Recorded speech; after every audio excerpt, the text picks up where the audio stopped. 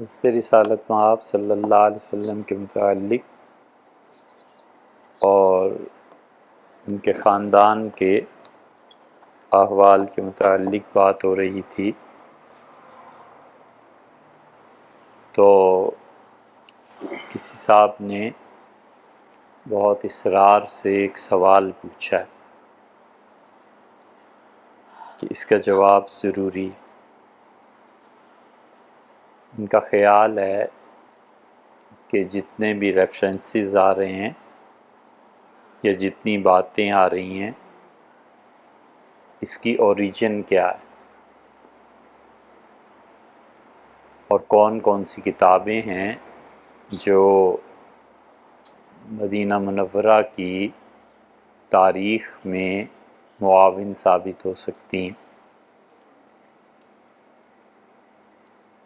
خالصتاً ایک علمی موضوع ہے، لیکن اس کی اپنی جگہ افادیت ہے۔ مدینہ منورہ کب سے آباد ہے اور کس نے آباد کیا تھا، پھر اس پہ کیا دور گزرے ہیں، یہ ایسی تاریخ ہے جو اہل تحقیق سے اوجھل نہیں ہے۔ مورخین نے احاطہ کیا ہے اور بہت سے شکوک اور شبہات ایسے ہیں جو اب تک حل نہیں ہو سکے، کیونکہ تاریخ، اس کو ضبط کرنا، لکھنا اور پھر اسے محفوظ بھی رکھنا، یہ ایسے نہیں ہوا۔ اور ایسی جگہ ہے جہاں پہ حرمین شریفین جب سے حضرت رسالت پناہ صلی اللہ علیہ وسلم کا دور گزرا ہے، بڑے بڑے لوگ وہاں پہنچ کے اپنے آپ کو خادم ہی محسوس کرتے ہیں،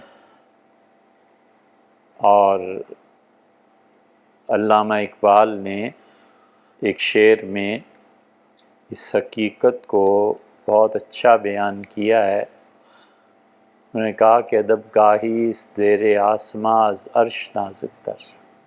حضور صلی اللہ علیہ وسلم کی جگہ، ان کی قبر مبارک، اور وہ ایسا مقام ہے جو اللہ کے عرش کے نیچے سب سے زیادہ ادب کا متقاضی ہے اور سب سے زیادہ نزاکت کی جگہ ہے۔ نفس گم کردہ می آئے جنید و بایزید اینجا۔ جنید اور بایزید جو اللہ کی ولایت میں، دوستی میں بڑا پختہ قدم رکھتے تھے، یہاں جب آتے تھے تو ان کے ہوش اڑ جاتے۔ اور حقیقت بھی یہی ہے کہ بڑے بڑے لوگ حضور اقدس صلی اللہ علیہ وسلم کے سامنے قبر شریف کے جاتے ہوئے گھبراتے تھے۔ چنانچہ کئی ایک نے یہ لکھا ہے کئی بزرگوں کے متعلق کہ انہوں نے کہا میری ہمت نہیں پڑی کہ میں چہرہ مبارک کے سامنے جاؤں، اس سے ہمیشہ باب جبریل سے رسول اللہ صلی اللہ علیہ وسلم کے جہاں پاؤں ہیں ادھر حاضری دیتا رہا۔ اسی لیے یاؤز سلیم خان جو تھے، بڑے بادشاہ تھے، جب انہوں نے مصر فتح کیا ہے تو انہیں حرمین شریفین سے تعلق تھا، تو جو بھی درباری قسم کے لوگ تھے انہوں نے انہیں کہا کہ آپ اپنا لقب سلطان الحرمین اختیار کریں۔ تو اس نے کہا میرے لیے بس یہ کافی ہے کہ میں خادم الحرمین، دونوں حرمین کا بادشاہ۔ اس نے کہا یہ بہت بڑی بات تم کر رہے ہو، میں تو اگر وہاں کا خادم بھی شمار کیا جاؤں تو اللہ کی عنایت اور اللہ کی مہربانی۔ اس لیے جو لوگ یہ سمجھتے ہیں کہ شاہ فہد نے پہلی مرتبہ یہ لقب اختیار کیا ہے، یہ بات نہیں ہے، اور نہ ان لوگوں کے نصیب اتنے بلند۔ وجہ اس کی یہ ہے کہ ہمیشہ ان کی ہسٹری میں پڑھیں تو یہ جلالت الملک لکھتے رہیں، بادشاہ معظم، اور پھر شاہ فہد کے دور میں ان کے جو مملکت کے مفتی یا شیخ الاسلام جو کہلاتے تھے بن باز، انہوں نے ایک مرتبہ اس کو ٹوک دیا اور انہوں نے کہا کہ جلالت، عظمت اور بلندی یہ صرف اللہ ہی کے لیے ہے، کہ اللہ تعالیٰ کے لیے ایسے الفاظ استعمال کیے جائیں، آپ یہ الفاظ استعمال نہ کریں۔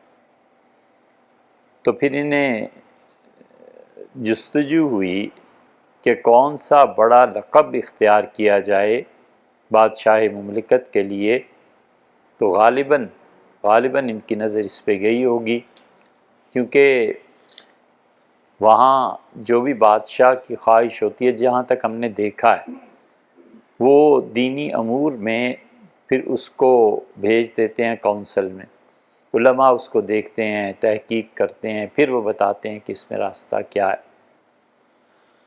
ایک مرتبہ یہ تجویز آئی کہ بیت اللہ کو اس کی اصل بنیادوں پر بنایا جائے، اور ایک مرتبہ یہ کہ مقام ابراہیم جو ہے یہ طواف میں رکاوٹ ڈالتا ہے اور ہجوم اس پہ آ کے رک جاتا ہے، تو مقام ابراہیم کو تبدیل کیا جائے۔ تو اس وقت اللہ تعالیٰ کی توفیق سے حرم شریف کی جو لائبریری ہے، وہاں جو لائبریرین تھے ان کے پاس ہم گئے ہوئے تھے، اور ہمیں مطلوب تھا حضرت شاہ ولی اللہ رحمۃ اللہ علیہ کے بیٹے شاہ عبدالعزیز صاحب محدث دہلوی رحمۃ اللہ علیہ، ان کے نواسے تھے شاہ اسحاق صاحب۔ تو شاہ اسحاق صاحب حرم میں وہ حجت اللہ البالغہ پڑھاتے تھے۔ حضرت شاہ ولی اللہ رحمۃ اللہ ایک جگہ لکھا ہے کہ مجھے یہ بتایا گیا کہ تمہارے بیٹے اس نہج پہ کتاب و سنت کی خدمت کرتے رہیں گے جو تم چھوڑ کے جا رہے، اور پھر تمہارے خاندان میں ایسا فرد بھی ہوگا جو حرمین شریفین میں، حرم میں جائے گا، حرم مکی میں، اور وہاں وہ اس کا علم پھیلے گا اور وہ حدیث میں بہت کام کرے گا۔ تو یہ شاہ اسحاق صاحب رحمۃ اللہ علیہ، کیونکہ جب 57 کی جنگ آزادی ہو گئی تو اس کے بعد انہوں نے کہا کہ یہاں تو اب ہندوستان میں وہی رہے جو حکومت وقت کے خلاف بغاوت کرے، اور یا پھر ہمیں یہاں سے ہجرت کر جانی چاہیے، کیونکہ ہندوستان اب اسلام کا مرکز نہیں رہا۔ شاہ اسحاق صاحب رحمۃ اللہ علیہ چلے گئے، تو ان کے بھائی شاہ یعقوب صاحب رحمۃ اللہ علیہ چلے گئے۔ وہ جو نسخہ پڑھاتے تھے حجت اللہ البالغہ کا، ایک مقام ایسا ہے جو بڑا مشکل ہے، تو ایک خیال ہوا کہ حضرت کا نسخہ دیکھیں، شاید انہوں نے کچھ تحریر فرمایا ہو، تو جا کے وہاں دیکھا تو کل 86 صفحے اس کے ملے، اور وہ جو حضرت رحمۃ اللہ شاہ اسحاق صاحب رحمۃ اللہ پڑھاتے تھے وہ ساری کتاب نہیں تھی۔ ان دنوں وہاں یہ مسئلہ آیا ہوا، تو لائبریرین جو تھے انہوں نے اس سلسلے میں یاد فرمایا کہ ہمارے ہاں یہ مسئلہ ہے، اس پہ کوئی گفتگو کی جا سکتی ہے یا نہیں۔ تو اسی طرح یہ مسئلہ بھی آیا ہوگا، یہ قیاس ہے، واللہ عالم۔ تو خادم الحرمین شریفین یہ یاؤس سلیم خان کے لیے غالباً سب سے پہلی مرتبہ اس شخص نے، یا وہاں سے یہ شروع ہوا تھا، یہ نہیں ہے کہ ان لوگوں نے اسے اپنا لیا۔ ان لوگوں کے ہاں تو حضرت رسالت پناہ صلی اللہ علیہ وسلم کے لیے سیدنا کا لفظ بولنے پہ کوڑے پڑتے تھے۔ حضور صلی اللہ علیہ وسلم کو سیدنا کا لفظ سے کوئی نہیں کہہ سکتا تھا، اور اب جو توصیات ہوئی ہیں شافعات کی تو انہوں نے اس میں لکھ کے لگایا سیدنا محمد صلی اللہ علیہ وسلم۔ تو ہم نے کئی ایک سے کہا کہ یہ کیا ہے، کبھی تو کوڑے پڑتے تھے اس پہ، اور اب سیدنا محمد صلی اللہ علیہ وسلم بھی لکھ کے لگا دیا، یہ اتنا فرق اور اتنا تضاد کیوں؟ اور حقیقت یہ ہے کہ مذہب جب جذباتیت کی بنیاد پر آتا ہے نا تو ایک نشہ ہو جاتا ہے. یہ نشہ جب اترتا ہے تو پھر اس وقت جو کرٹیسائز کر رہے ہوتے ہیں کہ یہ نہیں ہے دین، یہ مذہب نہیں ہے، یہ اس کے تقاضے نہیں ہیں، تو پھر رجعت ہوتی ہے اور پھر انسان سمجھ جاتا ہے کہ وہ ایک طرح کی حالت مجھ پہ طاری تھی اور اب وہ حالت سے نکلنے کے بعد اعتدال آ جاتا ہے. تو اس لیے یاؤز سلیم خان نے اس لقب کو اختیار کیا تھا. پھر جہاں تک مدینہ منورہ کی تاریخ کا تعلق ہے، مدینہ منورہ کی تاریخ بہت پرانی. یہ سوال انہوں نے فرمایا ہے کہ کون سی کتابیں ہیں، تو حقیقت یہ ہے کہ حضور صلی اللہ علیہ وسلم کی نسبت سے چیزوں کو محفوظ رکھنے کا اہتمام اللہ کا شکر ہے امت نے بالکل ابتدائی دور سے ہی شروع کر دیا تھا. سیدنا عمر رضی اللہ عنہ کے زمانے میں بھی یہی تھا. سیدنا عمر رضی اللہ عنہ رسول اللہ صلی اللہ علیہ وسلم کی چیزوں کو محفوظ رکھنے کا عملاً اہتمام فرماتے تھے. مثلاً ساری باتوں سے وقت نکال کے اپنے فرائض منصبی سے وہ کبھی کبھی ایک گھر میں جاتے تھے اور وہ گھر جاتے تھے اور وہاں پر وہ صرف پانی پینے کے لیے تشریف فرما ہوتے تھے اور کہتے لاؤ بھئی وہ پیالہ جس میں حضور صلی اللہ علیہ وسلم نے پانی پیا تھا. تو بڑی خوشی سے ان کی رعایت ہی پیش کرتے تھے اور وہ حضور صلی اللہ علیہ وسلم کے استعمال فرمودہ پیالے میں پانی پیا کرتے تھے. ایک دن تشریف لے گئے اور فرمایا لاؤ بھی وہ پیالہ. تو انہوں نے کہا حضرت کیا بتائیں، چوری ہو گئی. انہوں نے کہا ہیں چوری ہو گئی، کیا؟ انہوں نے کہا چور بھی ایسا تھا، بس ایک پیالہ ہی لے کے گیا اور کچھ نہیں چھڑا. تو حضرت عمر رضی اللہ عنہ کا نعم السارق، کیسا قدردان چور تھا، وہی چیز اٹھائی جو قدر کی مستحق تھی، جس کی قدر کرنی چاہیے تھی. یہ پیالہ حضرت انس رضی اللہ عنہ کے پاس بھی تھا. انس رضی اللہ عنہ کے پیالے میں وہ ایک مرتبہ ٹوٹ گیا تھا تو انہوں نے تاروں سے اسے گٹھوا لیا تھا اور وہ کہتے تھے یہ پیالہ ہے اور میں نے رسول اللہ صلی اللہ علیہ وسلم کو حلال اور پینے کی ہر چیز اس سے پلائی ہے. فرمایا دودھ بھی اس میں پلایا ہے، شہد بھی پلایا ہے، شربت بھی پلایا ہے، پانی بھی پلایا ہے، ہر چیز جو ملتی تھی. انہوں نے کہا حضور صلی اللہ علیہ وسلم نے اس میں پیا. اس سے بھی پیچھے آپ جائیں تو نبی کریم صلی اللہ علیہ وسلم کے اپنے دور میں بھی یہ چیزیں شروع ہو گئی تھیں اور آپ نے کبھی منع نہیں فرمایا. منع نہ فرمانا اس کی دلیل ہے کہ آپ اپنے مرتبے، حیثیت اور رتبے کو بھی پہچانتے تھے اور اس کو بھی سمجھتے تھے کہ میرے ساتھ جن لوگوں کو محبت ہے ان کے جذبات کیا ہیں. ام سلیم رضی اللہ عنہ کا واقعہ تو بہت مشہور ہے. ام سلیم رضی اللہ عنہ کہتی ہیں کہ ہمارے یہاں مشکیزے، یہ ام سلیم ان کی والدہ حضرت انس بن مالک رضی اللہ عنہ کیوں کہتی ہیں ہمارے یہاں مشکیزے پانی کے لٹکے ہوئے ہوتے تھے اور جب شدید گرمی پڑتی تھی تو چمڑے کے مشکیزے کا پانی ٹھنڈا مل جاتا اور حضور صلی اللہ علیہ وسلم کئی مرتبہ شدید گرمی میں تشریف لاتے تھے اور فرماتے تھے کہ پانی پلاؤ، فرماتے تھے بستر بچھاؤ مجھے لیٹنا ہے، سونا ہے تھوڑی دیر کے لیے. اور پھر آپ مشکیزے جہاں میرے لٹکے ہوتے تھے وہاں تشریف لے جاتے تھے اور مشکیزے کا منہ کھول کے کھڑے کھڑے پانی پیتے. یہ دلیل ہے جو لوگ کہتے ہیں نا کہ سبیل کا پانی کھڑے ہو کے پینا جائز ہے، وہ یہیں سے دلیل لیتے ہیں کہ راستے میں جب پانی، جیسے ہمارے یہاں واٹر کولر وغیرہ اب لگ گئے ہیں تو وہ کہتے ہیں رسول اللہ صلی اللہ علیہ وسلم کا پانی پینا کھڑے ہو کے اس مقام سے ثابت ہے. سیدنا علی رضی اللہ عنہ تو اور بہت سی روایات آئیں. تو ام سلیم کہتی ہیں کہ میں بستر بچھاتی تھی اور حضرت رسالت پناہ صلی اللہ علیہ وسلم پہ لیٹتے تھے تو میں اٹھ کے کینچی سے جہاں آپ کے ہونٹ لگے ہوئے ہوتے تھے اس چمڑے کو کاٹ لیتی تھی. تو ایک دن مجھے دیکھا اور فرمایا یہ کیا کرتی ہو؟ میں نے کہا اللہ کے رسول آپ کے ہونٹ جس چیز پہ لگ جائیں میرے لیے تو بہت بڑی نعمت ہے خدا کی. چپ رہے، بس مسکرائے اور چپ رہے. اور پھر رسول اللہ صلی اللہ علیہ وسلم اٹھتے تھے اس چمڑے کے بستر سے تو میں پہلے سے ایک شیشی تیار رکھتی تھی. صحیح بخاری وغیرہ میں آیا کہ میں اس شیشی میں رسول اللہ صلی اللہ علیہ وسلم کا جو پسینہ تھا وہ جمع کر لیتی تھی. تو ایک مرتبہ اٹھے، مجھے دیکھا تو فرمایا یہ کیا ہے؟ میں نے کہا آپ کے پسینے میں ایسی خوشبو ہے کہ مدینہ منورہ کی کوئی خوشبو اس کا مقابلہ نہیں کرتی۔ ہمارے ہاں جب شادیاں ہوتی ہیں بچیوں کی تو ہم یہ استعمال کرتے ہیں، تو حضور صلی اللہ علیہ وسلم چپ رہے، کچھ نہیں فرمایا۔ چمڑے کے بستر میں گرمی میں سونے سے ظاہر ہے کہ ایک نیچرل چیز، تو یہ چیزیں حیات طیبہ میں بھی شروع ہو گئی تھیں۔ شروع کیا ہونی تھی؟ آخر پہ پہنچ کے رسول اللہ صلی اللہ علیہ وسلم تو بہت بہت زیادہ، وہ جو کبھی بندشیں ہوتی بھی تھیں وہ سب ختم ہو گئی تھی۔ اسی لیے آخری حج کے موقع پہ وہ جو بدر میں جنہوں نے ایک بازو پہ 70 تیر کھائے تھے اور جو بار بار کہتے رہے کہ نہ ریدون نارک، میری جان حاضر ہے، میری گردن حاضر ہے، آپ ذرا نیچے بیٹھ جائیے، تشریف رکھیے، آپ میں کس لیے ہوں، میرا سینہ آپ کے سینے کے حفاظت کے لیے کافی ہے۔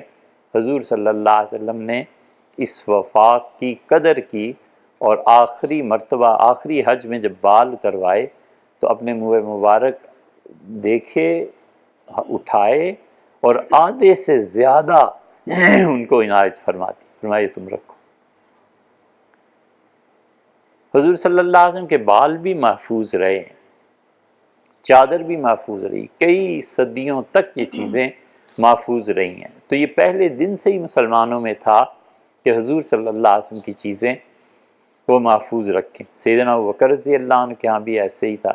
حضرت اسماء رضی اللہ عنہ جو تھیں، حضرت ابوبکر رضی اللہ عنہ کی صاحبزادی تھیں، وہ رسول اللہ صلی اللہ علیہ وسلم کے بال اور آپ کی چادر ان کے پاس تھی۔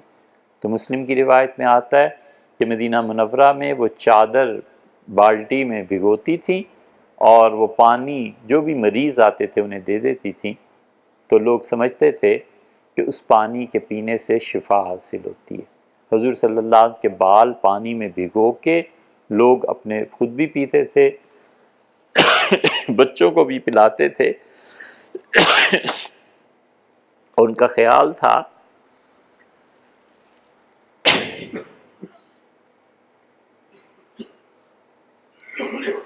کہ رسول اللہ صلی اللہ علیہ وسلم کے بالوں میں اتنی برکات ہیں کہ اس سے شفا حاصل ہوتی ہے۔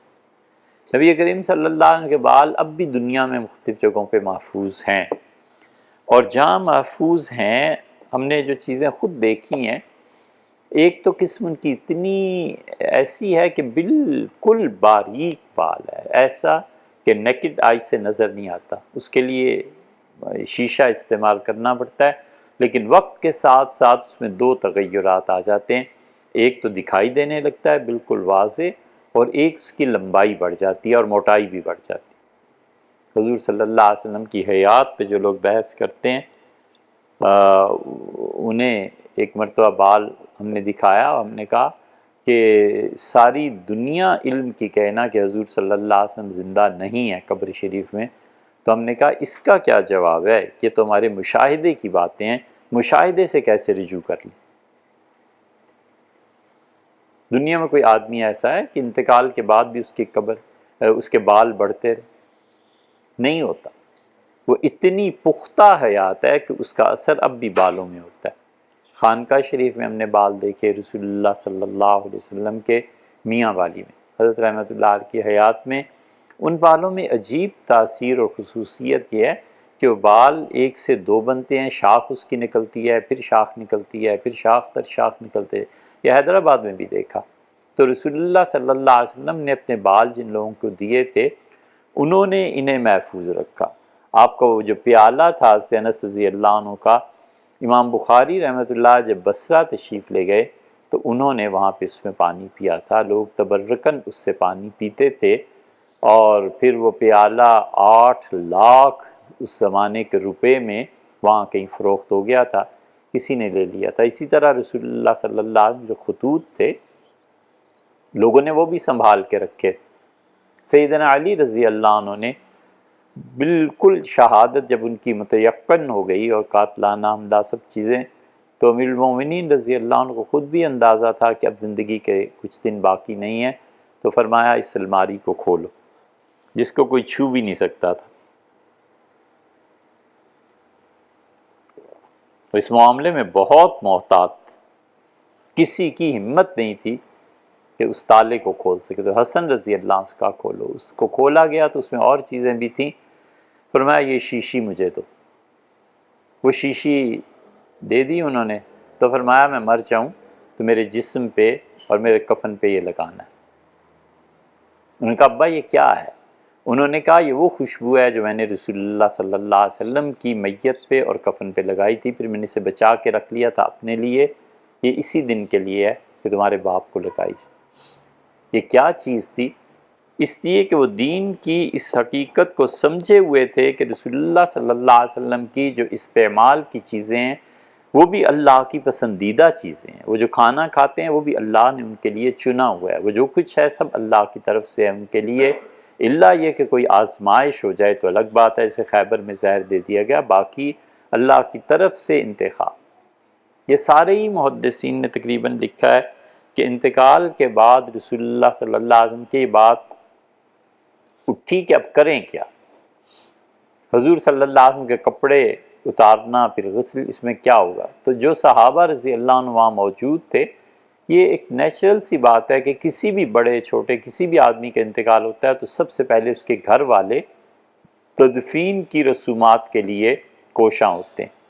تو رسول اللہ صلی اللہ علیہ وسلم کی تدفین کے لیے، نبی کریم صلی اللہ علیہ وسلم کی تدفین کے لیے جو اہل بیت کرام رضی اللہ عنہ سے پہلا حق انہی کا بنتا تھا. یہ عرض کیا تھا کہ صحابہ رضی اللہ عنہ سے 2 نمائندے انہوں نے لے لیے تھے. تو وہ کہتے تھے حضرت عباس رضی اللہ عنہ کہ ہم پہ اونگ طاری ہو گئی، سمجھ نہ آئے اس وقت نیند کیوں آ رہی. قرآن میں بھی آیا ہے، اللہ تعالیٰ نے فرمایا ہے کہ عین میدان جنگ میں ہم نے تم پہ اونگ طاری کر دی تھی. صحابہ رضی اللہ عنہ کہتے ہیں ہم تلواریں چلا رہے تھے، کافروں کو مار رہے تھے، کافر ہمیں مار رہے تھے، اور ہماری گردنیں نیند کی وجہ سے جھکی جا رہی تھیں، سمجھ نہیں آتی تھی یہ ہو کیا. اللہ نے فرمایا ہم نے تم پہ اونگ طاری کر دی تھی تاکہ تمہیں سکون ملے. یہ قرآن میں. اس لیے ہے تو درمیان میں آنے والی بات، یہ جتنے جدید محققین اور جتنے جدید یہ لگے ہوئے ہیں نا دین پہ، جب ان چیزوں کو کہتے ہیں کہ یہ کیسے ہو گیا، حضور صلی اللہ علیہ وسلم یہ کیسے ہو گیا، تو ہم کہتے ہیں بات یار کرو تصوف کی، ان چیزوں کی کوئی ایک چیز بتاؤ، ایک چیز جو صوفیہ کہتے ہیں اور کتاب و سنت سے ثابت. صوفیہ سے مراد جنید بغدادی کہیں، شیخ عبدالقادر جیلانی کہیں، حضرت مجدد کہیں، شاہ ولی اللہ کہیں، ابن عربی کہیں، یہ لوگ ہیں جو نمائندے ہیں رحمہ اللہ. یہ تھوڑی ہے کہ کوئی ملنگ ہے اور بھنگ پی کے کوئی بات کہہ رہا ہے تو یہ صوفی. ادھر کہاں سے یار؟ جو نمائندے ہیں ان کی بات کرو، جو اسکول آف تھاٹ کی اتھارٹیز ہیں ان کی بات کرو، انہوں نے کوئی بات لکھی ہو ہم حاضر. اسی طرح یہ جو اب روایت آپ کے سامنے رکھنے لگے ہیں، بہت سے لوگوں نے یہ کیسے ہو گیا. ہم نے کہا قرآن میں جو آیا ہے حضور صلی اللہ علیہ وسلم کے غسل کے وقت جو لوگ کھڑے تھے ان پہ اونگ کا طاری ہو جانا، اس سے زیادہ نازک تر مسئلہ یہ تھا کہ جب یہ میدان جنگ میں لڑ رہے تھے، کافر انہیں مار رہے ہیں، یہ کافروں کو مار رہے ہیں اور ان پہ اونگ طاری ہو گئی. خود آدمی سمجھے. حضرت عباس رضی اللہ عنہ کہتے ہیں ہم پہ اونگ طاری ہوگی. یہ اونگ کا کیا وقت ہے بھئی؟ اور آواز آئی، کسی نے کہا کہ رسول اللہ صلی اللہ علیہ وسلم کے کپڑے نہیں اتارنے، انہیں کپڑوں سمیت غسل دے دیا جائے. تو پھر ہم بیدار ہو گئے، پھر رسول اللہ صلی اللہ علیہ وسلم کو غسل دیا گیا. سیدنا علی رضی اللہ عنہ نے اس وقت جو خوشبو رسول اللہ صلی اللہ علیہ وسلم کو لگائی تھی، وہ خوشبو اس موقع پہ ہی حضور صلی اللہ علیہ وسلم کے جو خادم تھے انہوں نے چادر بچھا دی تھی قبر میں. انہوں نے کہا نمی ہے، لیکن انہوں نے پہلی چادر جو بچھائی تھی انہوں نے کہا کہ اللہ کے رسول آپ کے بعد کوئی حق نہیں ہے کسی کا یہ چادر اوڑھنے کا، یہ آپ ہی کی چیز ہے. پھر نمی محسوس کی ان لوگوں نے تو اوپر اس کے بستر بھی بچھا دیا تھا رسول اللہ صلی اللہ علیہ وسلم کے لیے. تو یہ چیزیں پہلی صدی کیا رسول اللہ صلی اللہ علیہ وسلم کے آتے طیبہ میں ہی رائج ہو گئی.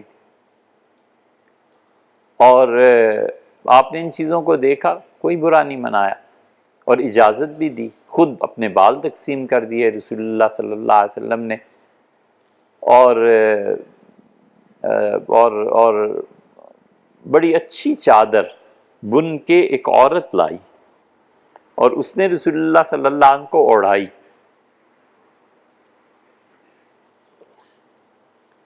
اور بہت خوبصورت چادر تھی. اور ایک صحابی رضی اللہ عنہ نے عبد الرحمن ابن عوف رضی اللہ عنہ غالباً انہوں نے بہت تعریف کی، رسول اللہ صلی اللہ علیہ وسلم چادر اتار کے دے۔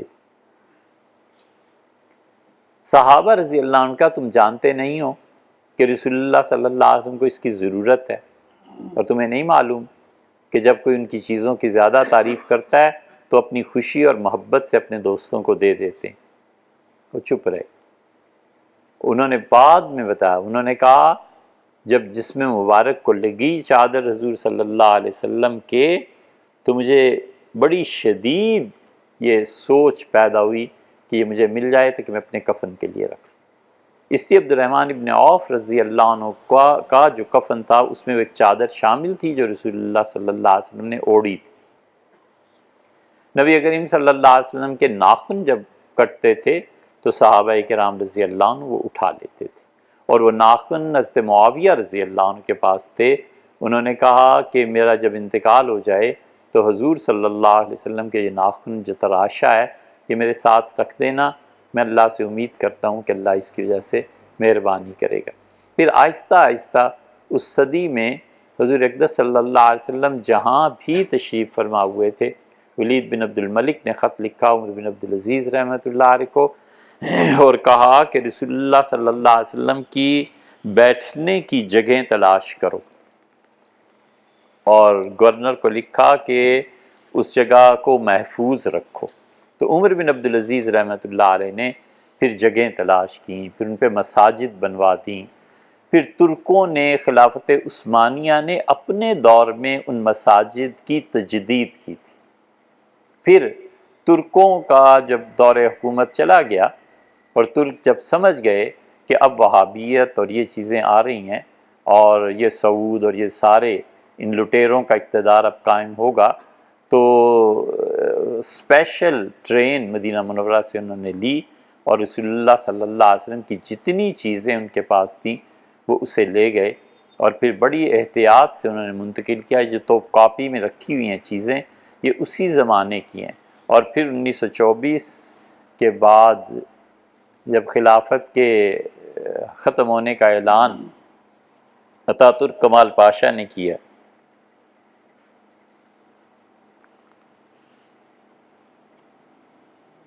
اور انہوں نے مدینہ منورہ فتح کر لیا، تو انہوں نے پھر ایک ایک چیز چن کے غائب کی رسول اللہ صلی اللہ علیہ وسلم کی۔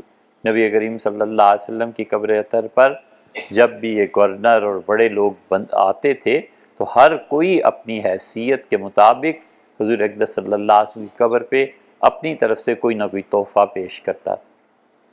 عثمانیوں کا جو آخری گورنر آیا ہے اس نے کہا کہ مارکیٹ میں ہیرا کون سا اچھا ہے، تو پتہ چلا کہ 80,000 تولے سونا اس ہیرے کی قیمت، اس کا پرواہ نہیں، اس نے اپنے ذاتی مال میں سے وہ ہیرا لیا اور پھر اسے سونے کی پلیٹ میں لگایا اور رسول اللہ صلی اللہ علیہ وسلم کی قبر پہ جا کر احترام سے رکھ دیا۔ یہ عثمانیوں کی طرف سے اظہار عقیدت تھا کہ اللہ کے رسول اگر زندہ ہوتے تو انہیں پیش کرتا، آج قبر مبارک ہے تو اس پہ رکھ کے جا رہا ہوں۔ اسی لیے رسول اللہ صلی اللہ علیہ وسلم کے دور میں مثلا جب بچہ جو بھی مدینہ منورہ میں پیدا ہوتا تھا، صحابہ رضی اللہ عنہ سے نہلا دھلا کے آپ کی گود میں ڈال دیتے تھے۔ یہ پہلا عمل ہوتا تھا اس بچے کے لیے، اور رسول اللہ صلی اللہ علیہ وسلم کھجور چباتے تھے، اور جو ایک شیرہ سا بن جاتا تھا وہ اس بچے کے منہ میں اپنی انگلی کے ذریعے ڈال دیتے تھے۔ رسول اللہ صلی اللہ علیہ وسلم کئی بچوں کے ساتھ ایسے کیا ہے۔ عبداللہ ابن زبیر رضی اللہ عنہ کے بیٹے کے ساتھ، عبداللہ کے ساتھ جب ہوا تو عبداللہ نے حضور صلی اللہ علیہ وسلم کی انگلی ایسے چوسنی شروع کی کہ چھوڑ ہی نہیں رہا تھا، تو حضور صلی اللہ علیہ وسلم ہنسے اور آپ نے فرمایا دیکھا تم نے انصار کو ان کھجوروں سے کیسی محبت، فرمایا دیکھا تم نے اس بچے کو شیرینی میٹھا کتنا پسند ہے۔ تو عبداللہ ابن زبیر رضی اللہ عنہ بڑے مقام کے آدمی تھے، تو ترکوں نے یہ کیا تھا کہ مدینہ منورہ میں جو بھی بچہ پیدا ہوتا تھا اس کے بعد اگلی صبح جو فجر کی ہوتی تھی تو فجر کے بعد باقاعدہ قبر شریف تک ساری چیزیں کھولی جاتی تھیں، اور بچوں کو وہاں لے جا کے آخری دیوار کے ساتھ لٹا دیتے تھے، پھر تھوڑی دیر میں بچوں کو وہاں سے اٹھا لیتے تھے۔ تو ترکوں نے بہت خدمت کی، حضور صلی اللہ علیہ وسلم کی ایک ایک چیز کو محفوظ رکھا، لیکن وہ جو 80,000 تولے کا وہ جو ہیرا تھا اور یہ چیزیں تھیں، یہ ان لٹیروں نے حملہ کیا اور رسول اللہ صلی اللہ علیہ وسلم کی قبر شریف پہ جتنی چیزیں تھیں سب اٹھا کر لے گئے۔ اب تک نہیں پتہ چلنے دیتے کہ وہ چیزیں کہاں ہیں، کدھر لٹیرے لے گئے۔ یہی انہوں نے کیا تھا سیدنا حسین ابن علی رضی اللہ عنہ کی قبر پہ، اور وہاں پہ تو جا کے آگ لگا دی تھی۔ لیکن عراقی شیعہ جو تھے انہوں نے کہا ہم تمہارا بندوبست کرتے ہیں۔ ایک تو سعود ہے نا جس کی حکومت ملی تھی، شاہ فیصل کا بڑا بھائی، ایک سعود اور بھی تھا، اس نے یہ حرکت وہاں کی تھی، تو شیعہ نے آ کے اسے سعودیہ میں مار دیا تھا۔ لیکن رسول اللہ صلی اللہ علیہ وسلم کی قبر مبارک سے یہ چیزیں لے گئے۔ یہ ایک پوری تاریخ ہے، اگر پڑھنی ہو تو یہ سب چیزیں ابھی بھی محفوظ ہیں۔ یہ نہیں ہے کہ لوگوں نے اسے اپنے پاس سے لکھا ہو یا لوگوں کے ذہن میں یہ شرارتیں، جو اس زمانے کے حالات ہیں، جو چیزیں ہیں وہ سب ہیں۔ پھر اسی پہلی صدی ہجری میں حضرت رسالت پناہ صلی اللہ علیہ وسلم کی چیزیں محفوظ رکھنے میں مساجد سے انہوں نے شروع کیا تھا۔ بنو امیہ نے یہ چیزیں سنبھالیں، حضور صلی اللہ علیہ وسلم کے جوتے محفوظ کیے گئے، کپڑے محفوظ کیے گئے، چادر مبارک محفوظ کی گئی، اور یہ سب چیزیں حکومت وقت نے اپنی تحویل میں لے لی۔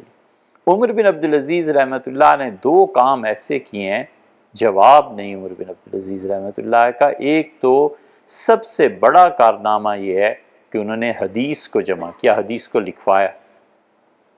اگر عمر بن عبدالعزیز رحمۃ اللہ علیہ نہ کرتے، یہ حدیث جو آج ہمارے پاس پہنچی ہے کبھی نہ پہنچتی۔ یہ ان کا ایسا بڑا کارنامہ ہے کہ وہ واحد آدمی ہے جس نے یہ کام کی بنیاد ڈالی اور زبردست کام کیا۔ اور دوسرے انہوں نے ایک بلڈنگ بنوائی الگ سے، اور رسول اللہ صلی اللہ علیہ وسلم کی جتنی استعمال کردہ چیزیں تھیں اس میں رکھوا دیں۔ کوئی بھی سفیر ان کے پاس، کسی بھی ملک کا کوئی بڑا آدمی، گورنر، کوئی بھی اسے لے کے جاتے تھے اور کہتے تھے میں تمہیں دکھاؤں، یہ دیکھو حضور صلی اللہ علیہ وسلم کے جوتے ہیں، یہ دیکھیں یہ وہ کپڑے پہنتے تھے، یہ برتن ہیں جنہیں استعمال کرتے تھے۔ عمر بن عبدالعزیز رحمۃ اللہ علیہ نے یہ کیا ہے اس وقت جب صحابہ رضی اللہ عنہ زندہ تھے، تابعین زندہ تھے، حضرت انس رضی اللہ عنہ زندہ تھے۔ انہوں نے نماز پڑھائی۔ عمر بن عبدالعزیز رحمۃ اللہ علیہ نے گورنر ہونے کی وجہ سے پہلے آتے ہی جو نماز مسجد نبوی میں پڑھائی، تو حضرت انس رضی اللہ عنہ کا یہ کون ہے؟ لوگوں نے بتایا کہ نئے گورنر آئے ہیں، تو انہوں نے کہا رسول اللہ صلی اللہ علیہ وسلم اور خلفائے راشدین کے بعد پہلی نماز پڑھ رہا ہوں جو ان کے مطابق۔ تو یہ چیزیں ساری نسل در نسل محفوظ ہوتی گئیں۔ ایک طرف استعمال کی چیزیں، حتیٰ کہ تاتاریوں نے جب حملہ کیا ہے مصر پہ تو اس وقت ان چیزوں کو کچھ وہ آگ میں ضائع ہو گئیں، اور کچھ 888 ہجری میں جو آگ لگی ہے مدینہ منورہ میں 13 رمضان کو، وہ بہت شدید آگ تھی، بہت شدید۔ اہل مدینہ کر نہیں سکے، شہر جمع ہو گیا، لوگ چیخیں مارتے تھے کہ اب یہ قبر شریف کی طرف بڑھ رہی ہے، اور پھر خود ہی وہ آگ ختم ہو گئی۔ مگر اس آگ نے بہت سی چیزیں جلا دیں۔ اس آگ میں خاص طور پہ جو رسول اللہ صلی اللہ علیہ وسلم پہ لکھا گیا تھا نا مدینہ منورہ میں، وہ بہت سا حصہ ضائع ہو گیا، بہت کتابیں ضائع ہو گئی۔ لیکن جنہیں صحیح معنی میں رسول اللہ صلی اللہ علیہ وسلم محبت تھی، ہمت انہوں نے بھی نہیں ہاری۔ تو شب آفریدی چراغ آفریدم، تو نے رات دنیا میں پیدا کیا ہے تو ہم نے چراغ جلا کر تجھے دکھایا ہے کہ ہم انسان بھی کچھ کام کرتے ہیں۔ یہ آگے آئے گی تفصیل شاید کہ انہوں نے کیا کیا کیا۔ بہرحال پہلی صدی ہجری سے ہی کتابیں لکھی جانے لگی تھیں۔ رسول اللہ صلی اللہ علیہ وسلم کے شہر کے لیے مستقل محدثین نے عنوان قائم کیا کہ ما جاء فی فضل المدینہ، مدینہ منورہ کی افضلیت کیا ہے، اور پھر ان احادیث کو ذکر کیا۔ مثلا رسول اللہ صلی اللہ علیہ وسلم نے فرمایا جو میرے شہر کی مشکلات پہ صبر کرے میں قیامت میں اس کی شفاعت کروں گا۔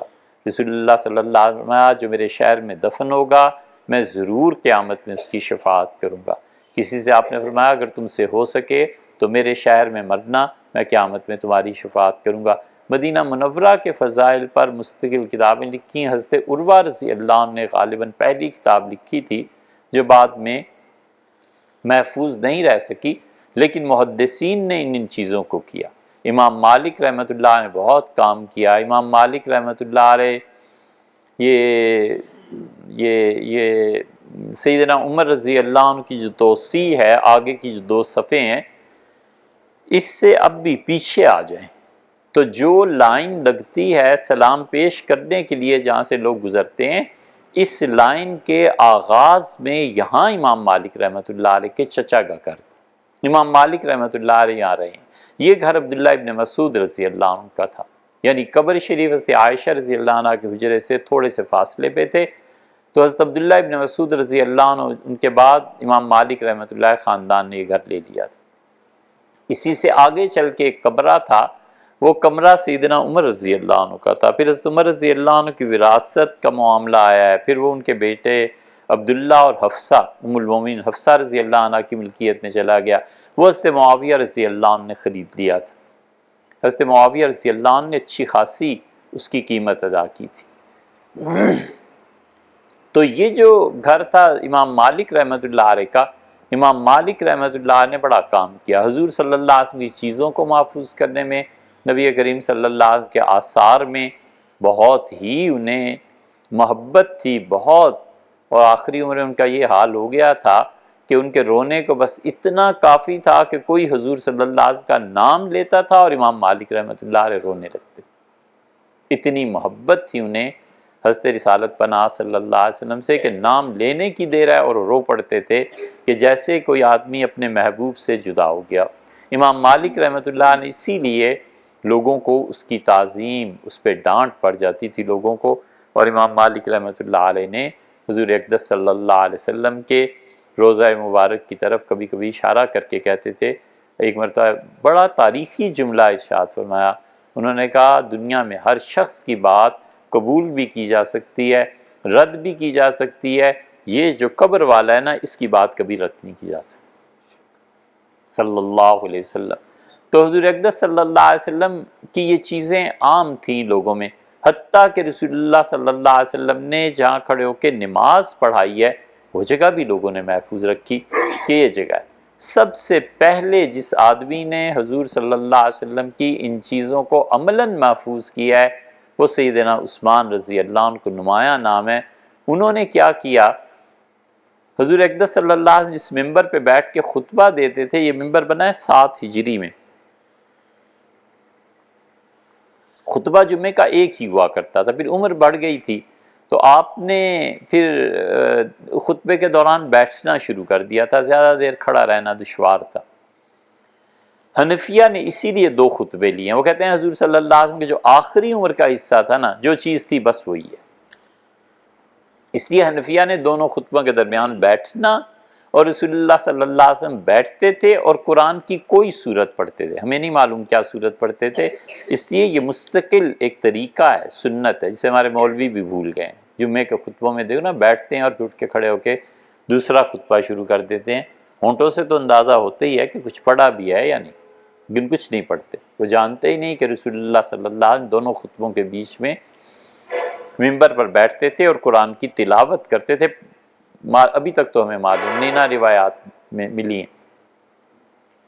حضرت رسالت پناہ صلی اللہ علیہ وسلم کے بیٹھنے کی جگہ سے سیدنا ابو بکر رضی اللہ عنہ جب خلیفہ بنے تو وہ اس سے نچلی سیڑھی میں آ گئے، پھر سیدنا عمر رضی اللہ عنہ یا تو اسی پہ رہے یا اس سے نیچے آ گئے، سیدنا عثمان رضی اللہ عنہ جب آئے ہیں تو پھر اس سیڑھی پہ بیٹھے، اس پہ جہاں پہ حضرت ابو بکر رضی اللہ عنہ بیٹھتے تھے۔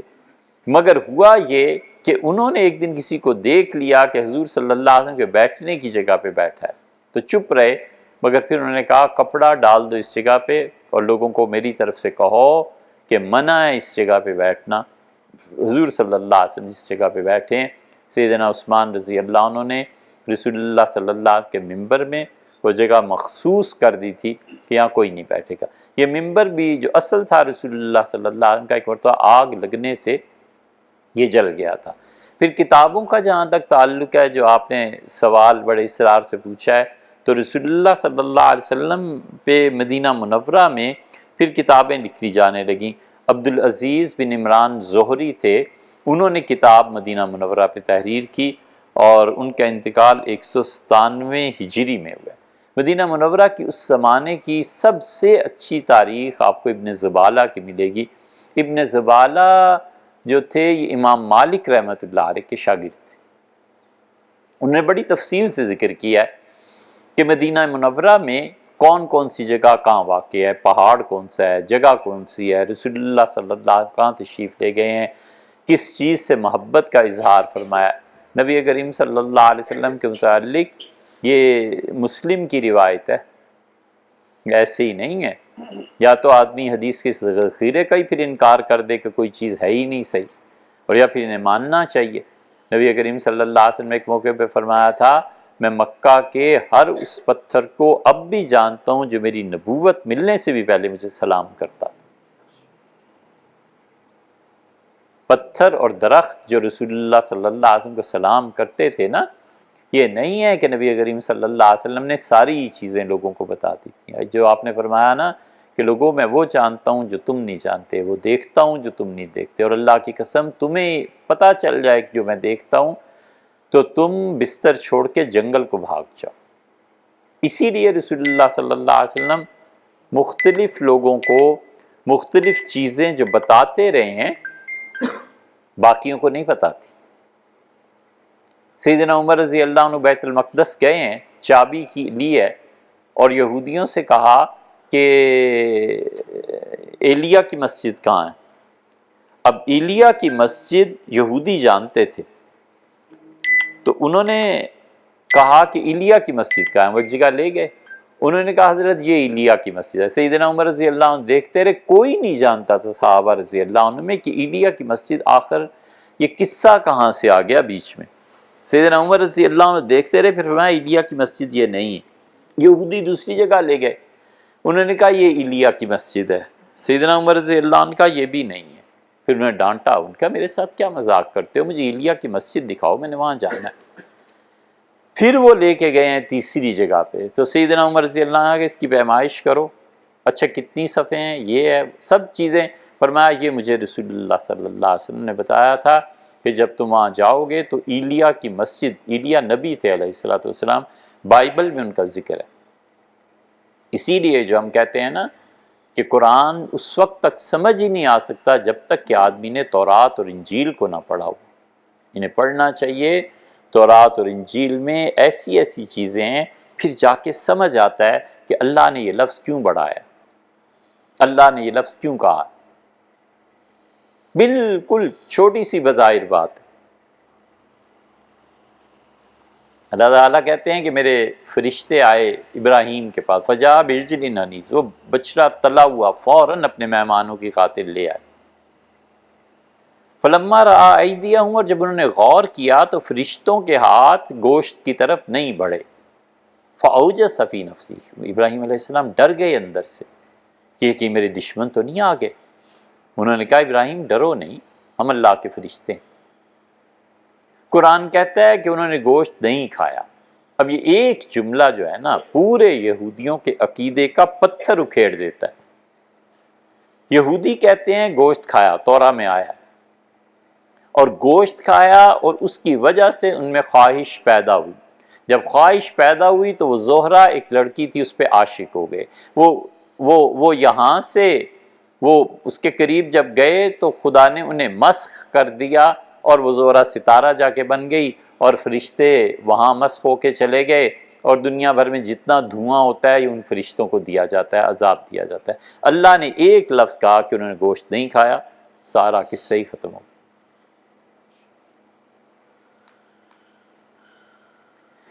اس لیے ہم کوئی لاوارث نہیں ہیں۔ ہمارے بزرگوں نے جو محنتیں کی ہیں نا، اور تورات اور انجیل کی شرح انگریزوں کے آنے کے بعد خود ہندوستان میں لکھی گئی، وہ جانتے تھے کہ ہم نے اس سرمائے کو اپنی اگلی نسل میں کیسے منتقل کرنا ہے۔ تو اس لیے ابن زبالہ نے جو تاریخ لکھی نا مدینہ منورہ کی، وہ چونکہ امام مالک رحمۃ اللہ کے شاگرد تھے، اس لیے ان کی تاریخ جو تھی وہ بہت بنیادی چیز تھی۔ یہ جتنے بعد کے مورخین، لیکن افسوس کہ وہ نہیں مل سکی، ابھی تک تو نہیں ملی۔ مدینہ منورہ کی تاریخ میں اتنی چیزیں ابھی تک گم ہیں کہ اگر وہ مل جائے تو اس زمانے کا اندازہ ہو کہ کس کس جگہ پر کیا چیزیں تھیں۔ آپ دیکھتے ہیں کوئی تصور ہی نہیں تھا کہ رسول اللہ صلی اللہ علیہ وسلم کے فوراً بعد قبروں پہ کوئی کتبے لگائے جاتے تھے۔ سب سے پہلی ایشیاٹک رائل سوسائٹی جو ہے 1930 میں انہوں نے یہ بات دریافت کی مصری کا، اور کل پرسوں ہم نے ان سے کہا، ہم نے کہا یار نکالو ذرا اس زمانے کا 1930 کا مضمون چاہیے، اللہ کا شکر ہے وہ مل گیا، انہوں نے اس پہ ڈالرز رکھے ہوئے ہیں، قیمت رکھی ہوئی ادا کر کے مل گیا۔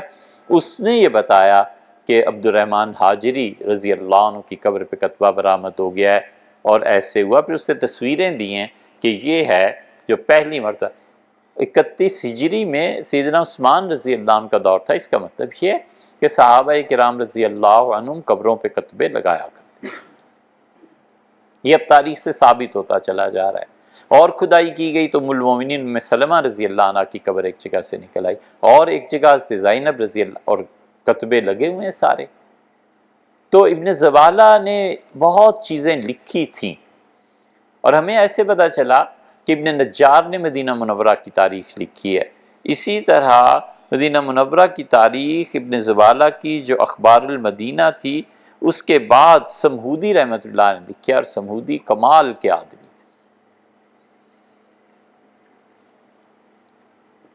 ایسے بلند ہمت لوگ مطلوب ہیں جن کی ہمتیں پہاڑوں کو چیر دیں، جن کی ہمتیں زمانے کے منہ پہ جا کے ماریں۔ ایسے لوگ ہوتے ہیں جو امتوں کے لیے کام کرتے ہیں۔ سمہودی نے ابن زبالہ کو بہت نقل کیا، اور انہوں نے مدینہ منورہ کی بڑی تفصیل سے تاریخ لکھی کئی جلدوں میں، اور افسوس کہ جو آگ لگی مسجد نبوی میں تاریخ چل گئی۔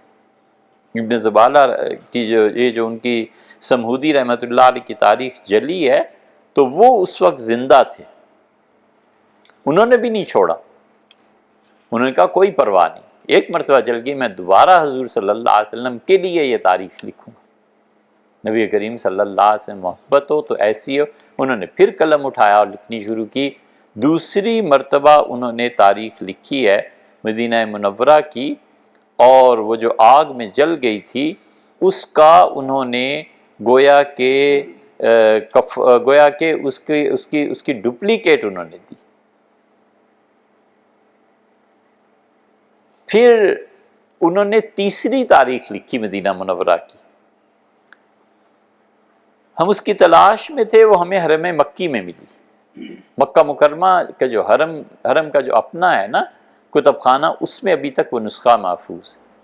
کسی کو چاہیے کہ اس نسخے پہ محنت کرے، اور وہ کتاب مارکیٹ میں آئے تو رسول اللہ صلی اللہ علیہ وسلم کی مزید چیزیں، مدینہ منورہ کی مزید تاریخ سامنے آئے۔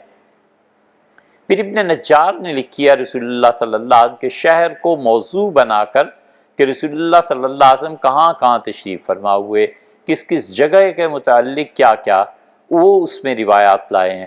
مثلا اب یہ کہیں نہیں آپ کو ملے گا، لیکن انہوں نے یہ لکھا ہے کہ رسول اللہ صلی اللہ علیہ وسلم گزر رہے تھے، اور صرف ان کے ساتھ حضرت ابوذر غفاری رضی اللہ عنہ۔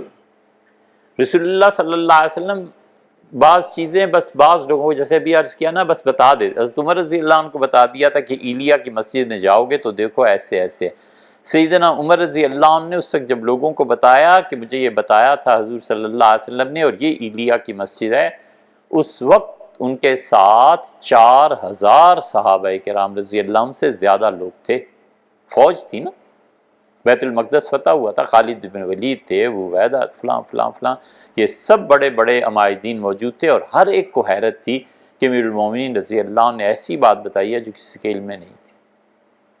حضور صلی اللہ علیہ وسلم ایسی بات فرماتے تھے۔ حضرت ابو ہریرہ رضی اللہ عنہ کہتے تھے، بخاری میں آیا ہے اور جگہ آیا ہے، انہوں نے کہا میرے پاس علم کے 2 برتن ہیں، ایک وہ ہے جسے میں تمہارے سامنے کہہ رہا ہوں، اور ایک میرے پاس ایسا برتن ہے کہ اگر میں تمہیں بتاؤں رسول اللہ صلی اللہ علیہ وسلم مجھے کیا بتایا ہے تو اپنے حلق کی طرف اشارہ کرے، فرماتے تھے یہاں پر چھری آ جائے۔ پھر حضرت انس ابن مالک رضی اللہ عنہ کہتے تھے کہ نبی کریم صلی اللہ علیہ وسلم کے ساتھ میری جو تنہائیاں تھیں، میں تمہیں کبھی بتاؤں کہ وہاں کیا کیا علم اور کیا کیا مجھے بتایا گیا، مگر اللہ کی قسم ہے مجھ پہ، میں اپنے نبی صلی اللہ علیہ وسلم کے راز تم پہ فاش نہیں کر سکتا۔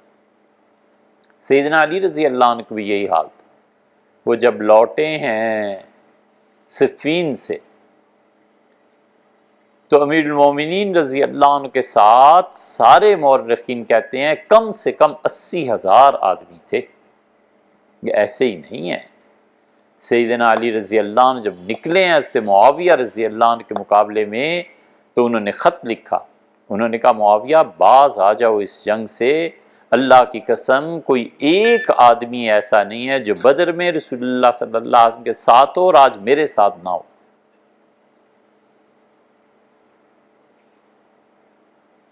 700 سے زیادہ صحابہ رضی اللہ عنہ سیدنا علی رضی اللہ عنہ کے ساتھ، اور جب یہ پلٹے ہیں ان جنگوں سے فارغ ہو کے تو امیر المومنین کا لشکر لاکھ بھی لکھا ہے، 80,000 تو سارے مورخین اس سے کم تو کوئی لکھتے ہی نہیں۔ راستے میں حرورہ کے مقام پر آپ کو کچھ لوگوں نے روک لیا، نئی نسل، جاہل، بظاہر ان پڑھ، جذباتی لڑکے، رو الی الجنہ، رو الی الجنت میں چلو، جنت میں چلو، جنت تمہاری، علی کو مارو، جنت میں چلو، علی کافر ہے، استغفر اللہ معاذ اللہ، یہ نعرے لگ رہے ہیں۔ سیدنا علی رضی اللہ عنہ چاہتے تو 12,000 آدمی کیا تھے، پیس کے رکھ دیتے، رک کے، اور فرمایا ان کے سرداروں کو بلاؤ۔ ہرقوس آیا جو سب سے بڑا آدمی تھا ان کا۔ امیر المومنین نے کہا میں قتل و غارت گری نہیں چاہتا، میں یہ نہیں چاہتا کہ آپ لوگوں سے ہم لڑیں، مجھے صرف اتنا بتاؤ میں کیوں کافر ہوں۔ انہوں نے کہا تمہارے کفر کی کوئی ایک وجہ ہو تو بتائیں، تمہاری تو بہت وجہ ہیں کفر کی۔ یہ خوارج ہیں، یہ خارجی کوئی ایک گروہ نہیں ہے، قیامت تک یہ خارجی آتے رہیں، قیامت تک یہ خارجی آتے رہیں۔ اسی لیے حنفی فقہ کی سب سے مستند کتاب، کسی مفتی سے پوچھ لیں پچھلے 125 سال سے جو فتوے دے رہے ہیں، جب یہ سعودی خاندان جب یہ اٹھا ہے نا تو اس وقت کے شام کے دمشق کے قاضی اور دمشق کے یہ فقیہ جس پہ ہم 125 سال سے جن کی کتاب پہ فتویٰ دے رہے ہیں، شامی نے صاف لفظوں میں لکھا کہ یہ خارجی، انہوں نے لکھا محمد بن عبد الوہاب اور اس کے ماننے والے خدا انہیں رسوا کرے یہ سب خارجی، ترکوں کو اور خلافت کو توڑنے والے یہی لوگ تھے نا۔ یہ ہر زمانے میں ہوتا ہے، اس زمانے کے ساتھ نہیں ہے۔ علم والے پیچھے رہ جائیں، سمجھانے والے پیچھے رہ جائیں، بس محض جذبات کی رو میں جو ان کے ذو میں۔ سیدنا علی رضی اللہ عنہ نے کہا میں کیوں کافر ہوں، کہا کوئی ایک وجہ، اور اس سے پچھلی رات حضرت خباب بن الارت رضی اللہ عنہ کو قتل کر چکے تھے۔ خباب بن الارت رضی اللہ عنہ بہترین قاری تھے قرآن کے، اور قرآن کی زندگی تھی، انہیں اپنے گلے میں لٹکایا ہوا ہوتا تھا، جب فرصت ملی نکالا اور پڑھنا شروع کر دی۔ خباب رضی اللہ عنہ کو گھیر لیا انہوں نے کہ تمہارا کیا خیال ہے علی کے متعلق، فلاں کے متعلق، فلاں کے متعلق، اور کہنے کہ جو تم نے لٹکائی ہوئی ہے نا کتاب یہ تمہیں کافر کہہ رہی ہے، تمہارا کیا خیال ہے، کافروں کو مارنا چاہیے؟ ان کا کافروں کو تو مارنا چاہیے لیکن میرا کیا؟ انہوں نے انہیں مارا، قتل کیا، ان کی بیوی کو قتل کرنے سے پہلے اس کے پیٹ کو چاک کر کے بچے کو نکال کے پھینک دیا۔ یہ باتیں سیدنا علی رضی اللہ عنہ تک پہنچ رہی تھی، امیر المومنین تھے، نافذ کر سکتے تھے، اس کے باوجود رک کے فرمایا میں قتل و غارت نہیں چاہتا، میں کیوں کافر۔ لمبی بحث ہوئی ہرقوس کے ساتھ، اور سیدنا علی رضی اللہ عنہ نے تقریر کی، 12,000 وہ کل تھے، 4,000 ان میں سے ادھر سیدنا علی رضی اللہ عنہ کے سمجھانے سے آ گئے، ان کا امیر المومنین ہم غلطی پہ تھے، آپ کی بات درست۔ سیدنا علی رضی اللہ عنہ نے بحث میں بڑی عجیب و غریب جواب دیے، لمبی ہو جائے گی بات، اس کو ترک کر کے اپنے مقصد کی طرف آتے ہیں۔ جب جنگ شروع ہونے لگی تو سیدنا علی رضی اللہ عنہ نے کہا یاد رکھو میری بات، مت لڑو مجھ سے، میرے 10 آدمی شہید نہیں ہوں گے اور تمہارے 10 آدمی بچیں گے بھی نہیں۔ سوچ لو، یہ جنگ اگر شروع کی تم نے تو میرے ساتھ جو فوج ہے 10 آدمیوں سے کم شہید ہوں گے، اور تمہارے ساتھ جو ہیں تم 10 آدمی پورے نہیں بچو گے، نہ کرو، نہ لڑو۔ لیکن وہ تو نشے میں تھے، انہوں نے لڑائی شروع کی۔ 8,000 آدمیوں میں سیدنا علی رضی اللہ عنہ نے فرمایا گنو اب کتنے رہ گئے ہیں، گنے گئے تو کل 9 آدمی باقی تھے۔ سیدنا علی رضی اللہ عنہ کا ہمارے یہاں کتنے شہید ہوئے ہیں؟ 8 یا 9 شہید ہوئے تھے۔ لوگ بڑے ہی حیران ہوئے، دو جو بچے تھے وہ 9، دو ان میں سے یمن بھاگ گئے تھے، انہوں نے اپنا فرقہ بنا لیا تھا۔ یہ عمان میں جو اباضی فرقہ ہے نا، یہ اصل میں ان بھاگے ہوئوں کا فرقہ ہے۔ اور 2 سجستان چلے گئے تھے، 4، 2 عمان چلے گئے تھے 6، اور 3 آدمیوں کا پھر پتہ نہیں چلا بھاگ گئے تھے کہ۔ سیدنا علی رضی اللہ عنہ سے لوگوں نے کہا حضرت یہ آپ نے کس یقین سے کہا تھا کہ 10 سے کم اور 10 سے کم؟ انہوں نے فرمایا مجھ سے رسول اللہ صلی اللہ علیہ وسلم نے بتایا تھا، مجھے ان کی خبر دی تھی، فرمایا تھا اس طرح تمہارا راستہ روکیں گے علی اور ان سے لڑنا ہے، اور دیکھو جب لڑائی ہوگی نا تو تمہارے 10 بھی شہید نہیں ہوں گے اور ان کے 10 باقی بھی نہیں بچیں گے۔ تو آخری عدد 9 رہ جاتا ہے۔ میں نے اس لیے کہا تھا کہ تم 10 سے کم بچو گے اور ہمارے 10 بھی شہید نہیں ہوں گے۔ یہ بات حضور صلی اللہ علیہ وسلم انہیں بتائی تھی، یہ کسی کو نہیں معلوم۔ نبی کریم صلی اللہ علیہ وسلم جب گزر رہے تھے مدینہ منورہ میں، جہاں اب مدینہ منورہ میں پولیس کا ہیڈ کوارٹر ہے، یہاں پتھر ہوتے تھے، تو رسول اللہ صلی اللہ علیہ وسلم فرمایا ابو ذر دیکھ رہے ہو ان پتھروں کو؟ ان کا جی حضرت۔ تو فرمایا کیا دن ہوگا جب میری اولاد کا خون یہاں بہے گا۔ یہ واقعہ پیش آیا ہے مدینہ منورہ میں، زین العابدین رحمۃ اللہ علیہ کا دور گزر گیا، سیدنا حسن ابن علی رضی اللہ عنہ کے بھی بعد ان کے پوتے جو تھے وہ اس جگہ پر لڑے تھے، تو انہوں نے کہا کہ رسول اللہ صلی اللہ علیہ وسلم نے بتایا۔ کوئی نہیں جانتا تھا سیدنا حسین ابن علی رضی اللہ عنہ جب کربلا میں آخری مارکہ جو ہوا ہے تو اس میں انہوں نے شمر سے کہا، انہوں نے کہا آگے آ جاؤ، تم مجھے مار دو گے، مجھے پتہ ہے تم مجھے شہید کرو گے۔ تو اس نے پوچھا کیسے؟ انہوں نے کہا جو برس پھلبیری کے داغ تم پہ ہیں نا چہرے پہ اور جسم پہ، مجھ سے نانا نے فرمایا تھا کہ ایک کتا تمہارے خون میں اپنے ہاتھ رنگے گا، اور میرے بیٹے وہ چتکبرا کتا ہوگا، ایسا کتا ہوگا جس پہ سفید برس کے داغ ہوں گے۔ تو فرمایا مجھے نانا نے کہا تھا تم ہی تو وہ ہو۔ یہ سب چیزیں حضور صلی اللہ علیہ وسلم بتاتے رہے ہیں مختلف لوگوں کو مختلف اوقات میں۔ تو اس لیے مدینہ منورہ پہ جنہوں نے کتابیں لکھی ہیں بہت چیزیں انہوں نے لکھی، تو انشاءاللہ کل ان کتابوں کا اور ذکر کریں گے۔